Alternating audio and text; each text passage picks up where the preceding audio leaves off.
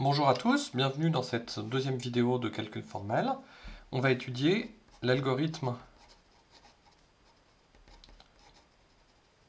de Karatsuba qui permet de multiplier rapidement deux grands entiers. Alors, on va voir que ça améliore notablement l'algorithme naïf. Alors, comment on va représenter des grands entiers, même des entiers tout court? On les représente en base 2, donc x c'est la somme de i égale 0 jusqu'à n-1 de ai fois 2 puissance i, avec ai qui vaut 0 ou 1. Et donc on dit que ai est un bit, et que n, et que x est un entier à n bits. Donc, qu'est-ce que c'est qu'un entier à n bits? C'est simplement un entier compris entre 0 et 2 puissance n moins 1. Donc c'est un entier qu'on peut stocker avec un espace de n bits. Donc la question qu'on se pose, c'est étant donné deux entiers x et y à n bits, quel est le coût du calcul de leur produit? Alors la somme, c'est assez simple, c'est linéaire en le nombre de bits, donc c'est en grand O de n, mais pour le produit, c'est quand même un peu plus compliqué. Alors, le théorème de Karatsuba va nous donner une réponse.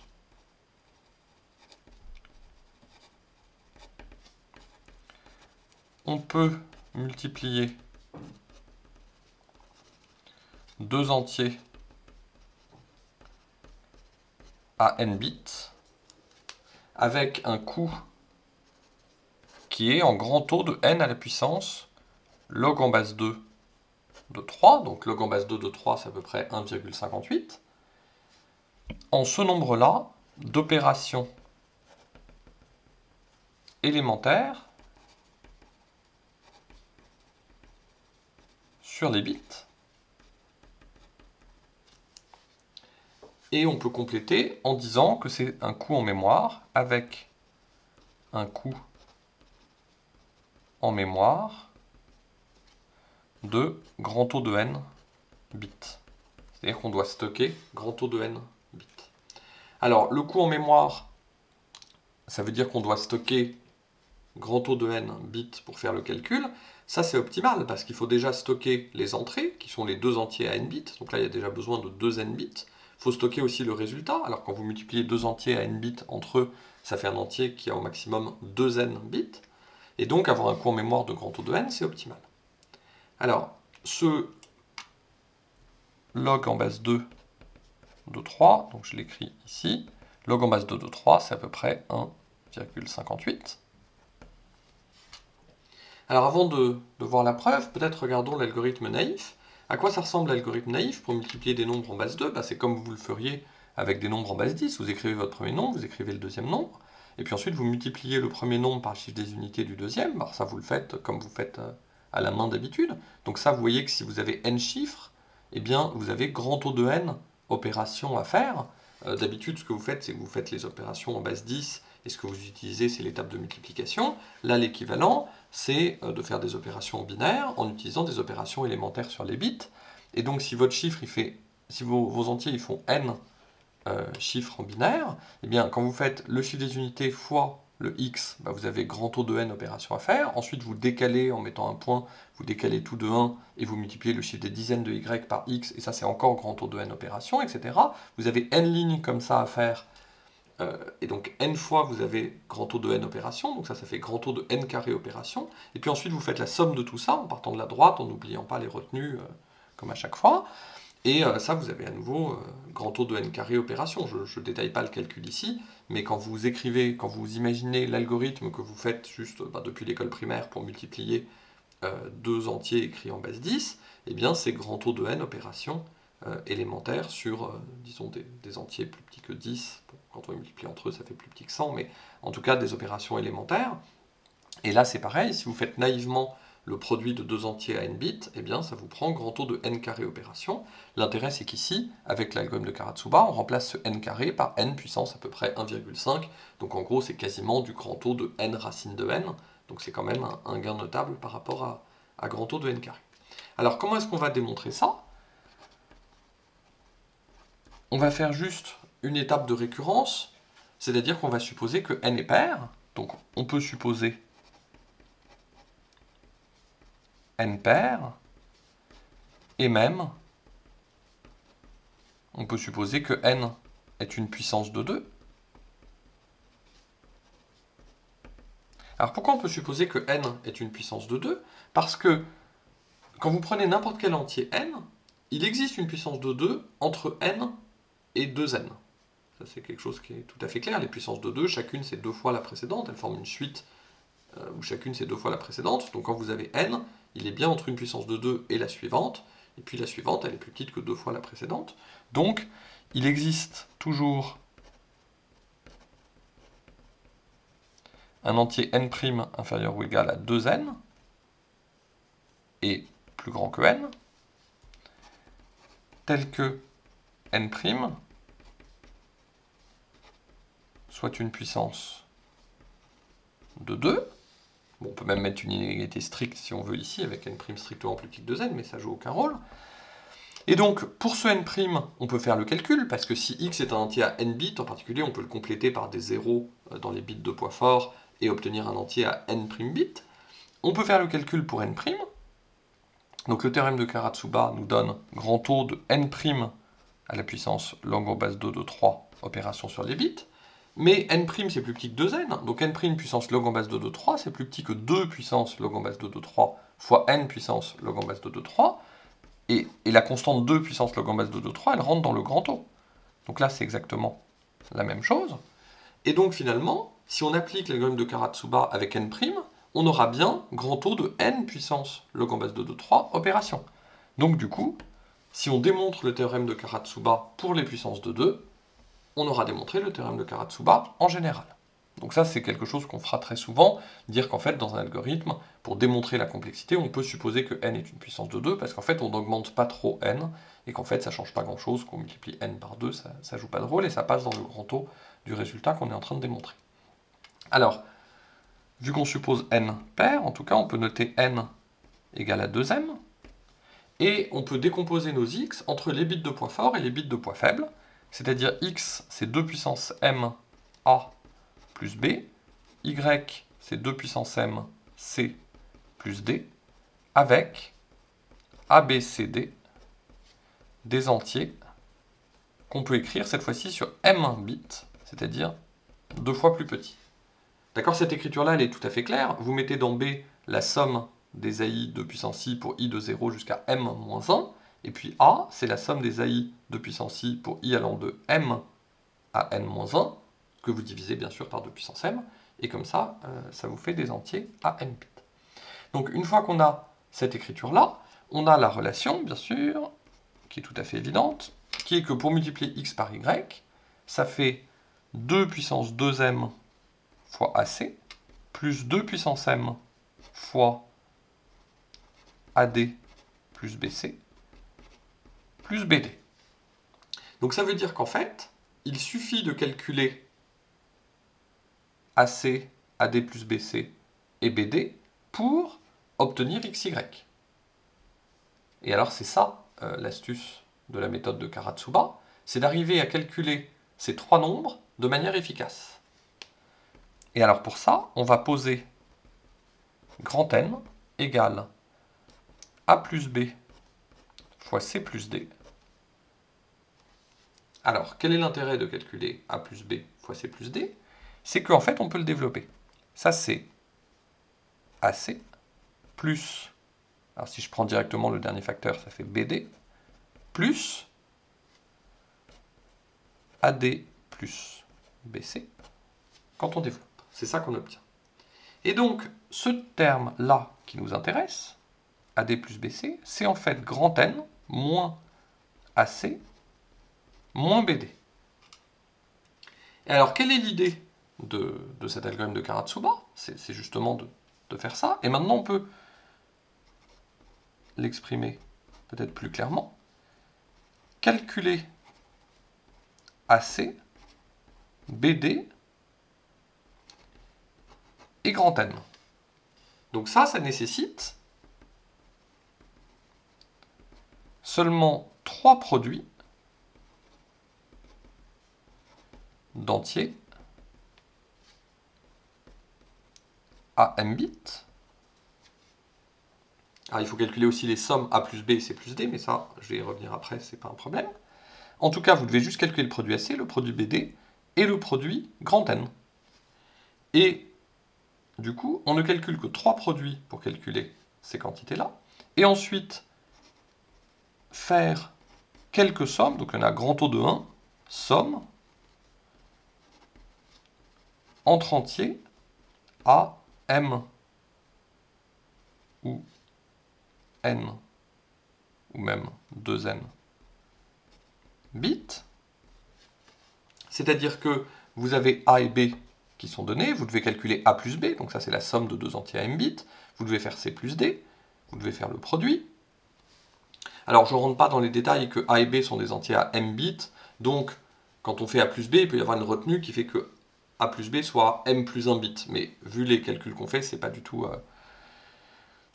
un problème, on n'est pas à ce degré-là de précision. Donc on doit faire une somme ici, une autre somme ici, ensuite, une fois qu'on a calculé N, AC, BD, on doit calculer N moins AC moins BD. Donc il y a 2 soustractions à faire. Bon, le coût d'une soustraction, c'est comparable au coût d'une somme. Donc je ne détaille pas cette différence. Et puis une fois qu'on a AC, N moins AC moins BD, c'est-à-dire AD plus BC, et BD, celui-là, on doit le multiplier par 2 puissance m. Alors ça coûte rien.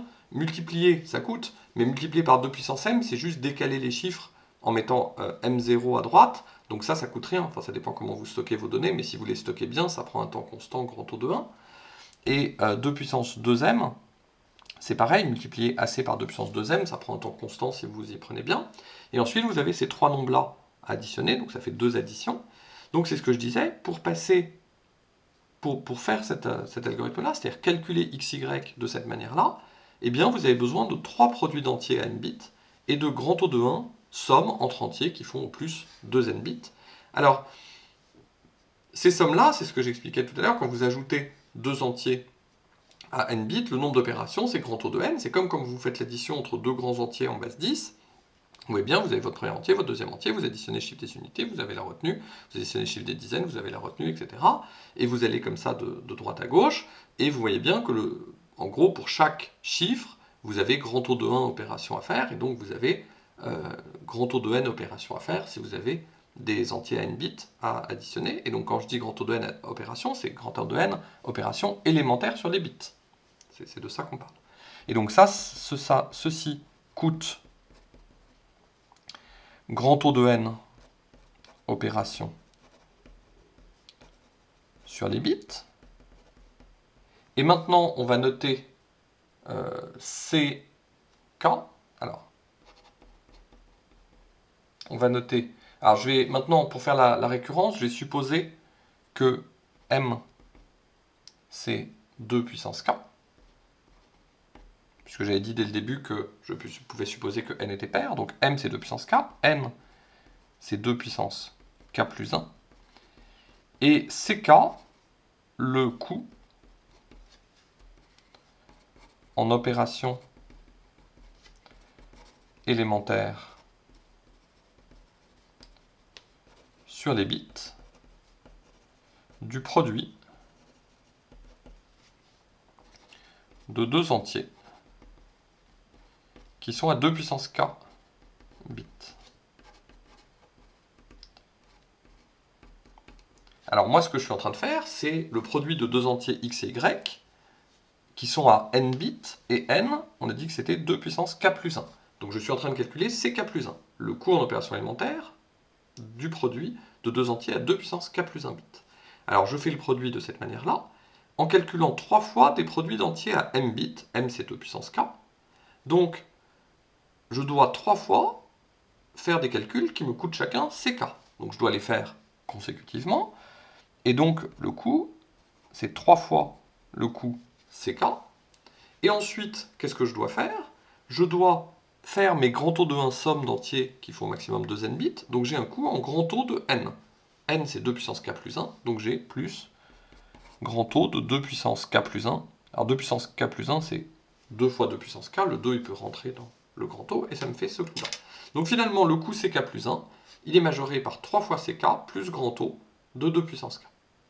Alors pour voir quel est le coût de cet algorithme, on va poser dk égale ck sur 3 puissance k. Et alors si je divise ça par 3 puissance k plus 1, j'ai dk plus 1 qui est plus petit que dk, parce que si je divise par 3 puissance k plus 1, ici il y a 3 qui se simplifie avec l'un des 3 dénominateurs, et il reste ck sur 3 puissance k qui fait dk. Et ici j'ai un grand taux de 2 tiers puissance k. Donc qu'est-ce que ça veut dire? Ça veut dire que dk plus 1 moins dk,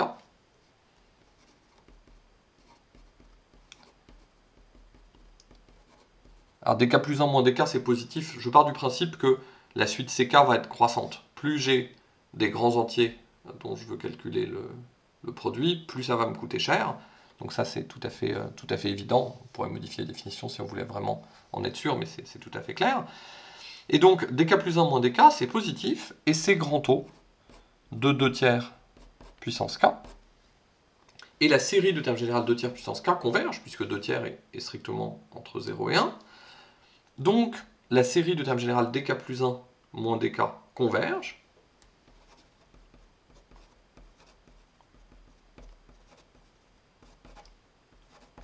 Et si la série de termes générales dk plus 1 moins dk converge, par télescopage, ça veut dire que la suite dk est une suite convergente.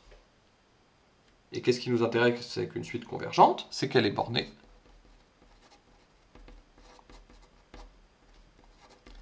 Toute suite convergente est bornée. Et donc dk c'est grand taux de 1.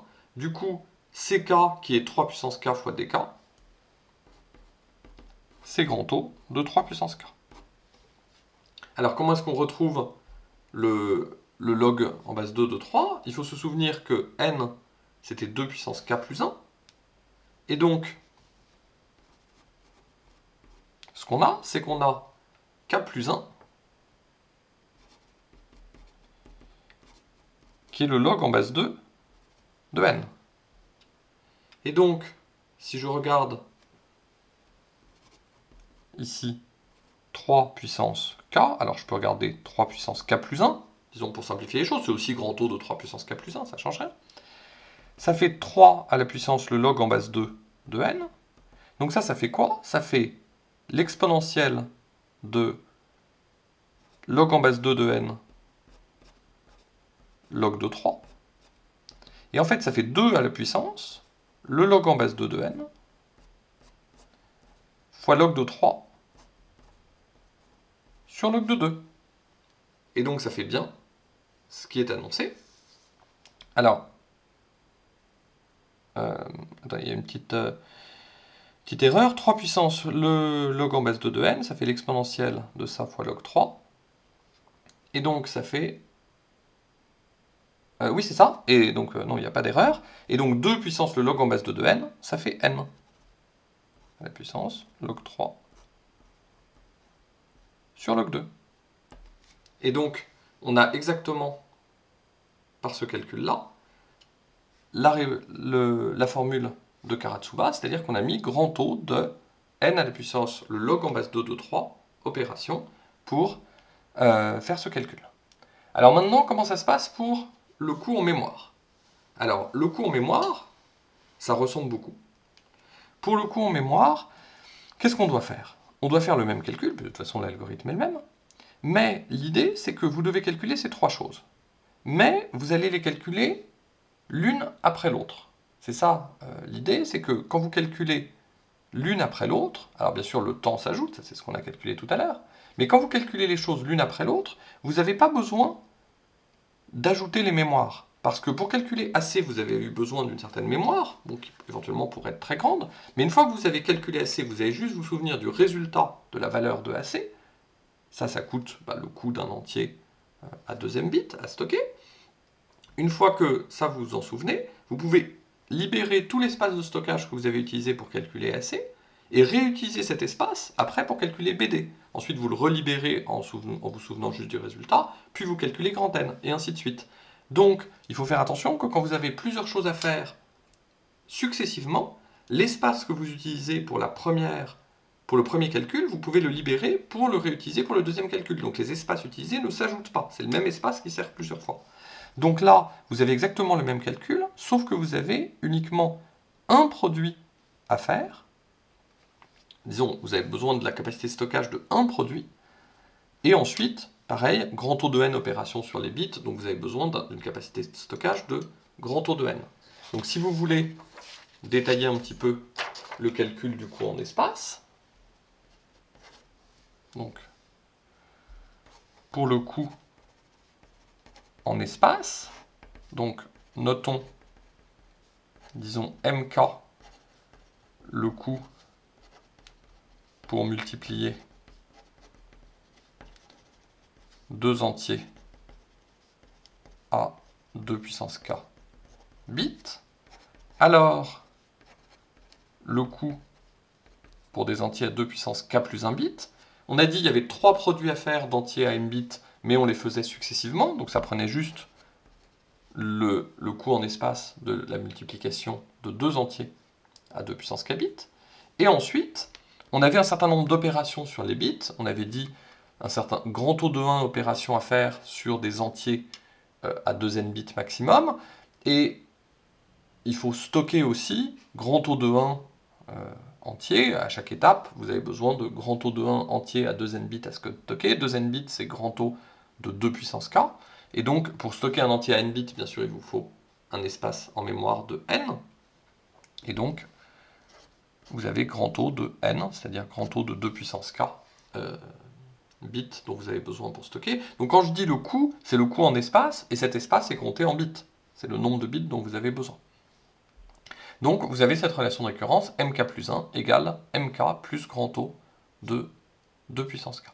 Donc ça, c'est le calcul pour la mémoire. Donc en fait, c'est exactement la même chose que tout à l'heure avec le coût du calcul en temps, c'est exactement le même calcul, sauf que cette fois-ci, vous n'avez pas le facteur 3 qui apparaît ici. Sinon, c'est la même chose. Alors le fait de ne pas avoir le facteur 3, ça change tout, parce que ça vous dit que ici, mk plus 1 moins mk est plus petit qu'une certaine constante, disons on peut l'appeler lambda, fois 2 puissance k, avec lambda strictement positif, une constante. Et donc ça veut dire que on a en fait la différence entre chaque mk et le précédent, qui est majoré par une constante fois une puissance de 2, et donc mk va être plus petit qu'une constante, que cette constante, fois, disons, la somme pour i égale 0 jusqu'à k des 2 puissance i. Alors il y aurait un plus m0, mais bon, c'est négligeable. Et donc, bon, je peux rajouter plus m0. Et donc, on obtient de cette manière-là que c'est plus petit que m0 plus lambda fois 2 puissance k plus 1. D'accord, ça c'est la somme des termes consécutifs d'une suite géométrique, mais en fait avec la puissance de 2 c'est particulièrement simple, si vous ajoutez toutes les puissances de 2 jusqu'à 2 puissance k, ça fait la puissance suivante, moins 1. Ça fait 2 puissance k plus 1, moins 1. Et donc, on a finalement que c'est grand taux de 2 puissance k. Mais donc si mk c'est grand taux de 2 puissance k avec nos notations, c'était n sur 2. C'était même n, parce qu'en fait on dit que c'est le coût pour multiplier 2 entiers à m bits. Si le coût pour multiplier 2 entiers à m bits, c'est grand taux de 2 puissance k, ça fait un coût en espace en grand taux de n pour multiplier 2 entiers à n bits. Donc, on a finalement le résultat que j'annonçais du théorème de Karatsuba. Alors, quelques remarques. Déjà, donc on verra à la fin du cours qu'on peut aller beaucoup plus vite sur les entiers. C'est-à-dire qu'il y a des algorithmes à base de transformation de Fourier rapide qui permettent de calculer beaucoup plus vite le produit de deux grands entiers, mais ils sont plus compliqués. Oui, une remarque à ce propos, ce cours est destiné, en tout cas en partie, aux élèves qui vont passer l'agrégation l'année prochaine, et donc j'ai limité le programme du cours à ce qui est au programme de l'agrégation. Vous retrouverez dans le poly le programme de l'option de modélisation calcul formel à l'agrégation, et donc en gros, ce cours est fait pour ne pas dépasser de ce qui est au programme. Et donc, je ne parlerai pas en détail des algorithmes de transformation de Fourier rapide qui donnent le calcul rapide. Je donnerai juste un exemple à la fin du cours de calcul rapide sur des grands entiers. Alors, une remarque aussi sur le théorème de Karatsuba, c'est qu'il marche aussi avec des polynômes. Alors, théorème de Karatsuba sur des polynômes. Donc, pour multiplier des polynômes, si on prend A, un anneau commutatif, donc dans notre application ce sera très souvent un corps, alors on peut multiplier deux polynômes à coefficient dans A de degré inférieur ou égal à n en grand O de n à la puissance log en base 2 de 3 opération arithmétique dans A, et toujours avec un coût en espace, donc on dit coût en espace ou coût en mémoire, c'est synonyme, qui est grand O de n. Alors, opération arithmétique, ça veut dire des sommes ou des produits. Bon, j'inclus aussi les soustractions. Bon, on pourrait avoir des divisions si on était dans un corps, mais ici, il n'y a pas besoin de faire de division. Donc, on peut multiplier deux polynômes à coefficient dans A de degré au plus n en grand O de n puissance log en base 2 de 3, opération arithmétique dans A, avec un coût en espace de grand O de n. Donc on verra aussi avec la transformation de Fourier que dans certains cas, on peut améliorer ça nettement. Et à nouveau, l'algorithme naïf, c'est grand O de n carré. Alors, quelle est la différence entre les opérations sur les polynômes et les opérations sur les entiers? En gros, ça se ressemble beaucoup, mais la différence principale, la différence essentielle entre opérations sur les entiers ou sur les polynômes, c'est les retenues. C'est-à-dire que quand vous avez des retenues, quand vous travaillez sur des entiers, vous avez des retenues à faire, quand vous faites vos produits ou vos sommes. Quand vous travaillez sur les polynômes, vous n'en avez pas. Si vous avez la somme pour i égale 0 jusqu'à n-1 de ai xi fois la somme pour j égale 0 jusqu'à n-1 de bj xj, ça vous fait la somme pour k égale 0 jusqu'à 2n-2 de la somme pour i plus j égale k ai bj xk. Donc si vous calculez le produit des polynômes, vous avez juste cette formule-là, et ça, eh bien, vous avez juste ceci qui est le coefficient de x puissance k, ça c'est tout à fait évident. Et si vous faites le même calcul en remplaçant x par 2, c'est-à-dire que vous écrivez vos nombres en binaire, ici, j'imaginais que les ai et bj étaient dans A. Si jamais je remplace x par 2 et que j'ai du coup les ai et bj qui sont des bits, c'est-à-dire qui valent 0 ou 1, je peux aussi essayer de calculer cette somme, mais cette fois-ci, cette somme, ça va être un certain entier, une somme de nombres qui valent 0 ou 1, ça va a priori dépasser 1 en général, et donc ça va induire une retenue. Et donc si vous voulez utiliser cette formule-là pour calculer le produit, eh bien vous êtes obligé de tenir compte du fait que si ce nombre-là dépasse 1, eh bien il faut faire des retenues, c'est-à-dire utiliser les puissances de 2 plus grandes pour en tenir compte, et donc la formule se complique. Alors que en termes de polynômes, vous avez juste cette situation. Donc c'est vraiment, ça c'est quelque chose à retenir. Les opérations sur les polynômes sont en général plus simples que les opérations correspondantes sur les entiers, parce que vous n'avez pas de retenue à gérer. Et donc, à titre d'exercice, vous pouvez essayer d'écrire la preuve du théorème de Karatsuba sur les polynômes, de voir comment est-ce qu'on multiplie des polynômes, vous faites exactement la même chose, et vous verrez qu'en fait, c'est pas plus compliqué, en tout cas plus simple, de démontrer ça.